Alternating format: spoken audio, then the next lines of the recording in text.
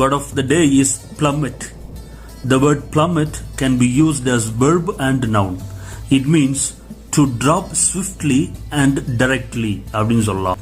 அதாவது இந்த plummet அப்படிங்கிற இந்த வார்த்தையை பல நிலைகளில் பயன்படுத்தலாம். எடுத்துக்காட்டாக பங்குச்சந்தை மிகப்பெரிய சரிவை சந்திக்கும்ல அந்த இடத்துல பயன்படுத்தலாம், அல்லது தங்கத்தின் விலையானது மிகப்பெரிய சரிவை சந்திக்கிற இடத்துல பயன்படுத்தலாம், அல்லது சாதாரணமாக காய்கறிகளின் விலையானது மிகப்பெரிய சரிவை சந்தித்தல் அப்படிங்கிற இடத்துல பயன்படுத்தலாம்.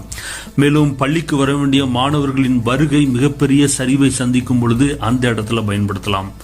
இவ்வாறாக ஒரு விஷயமானது மிகப்பெரிய சரிவை சந்திக்கிற இடத்துல இந்த plummet அப்படிங்கிற இந்த வார்த்தையை பயன்படுத்தலாம்.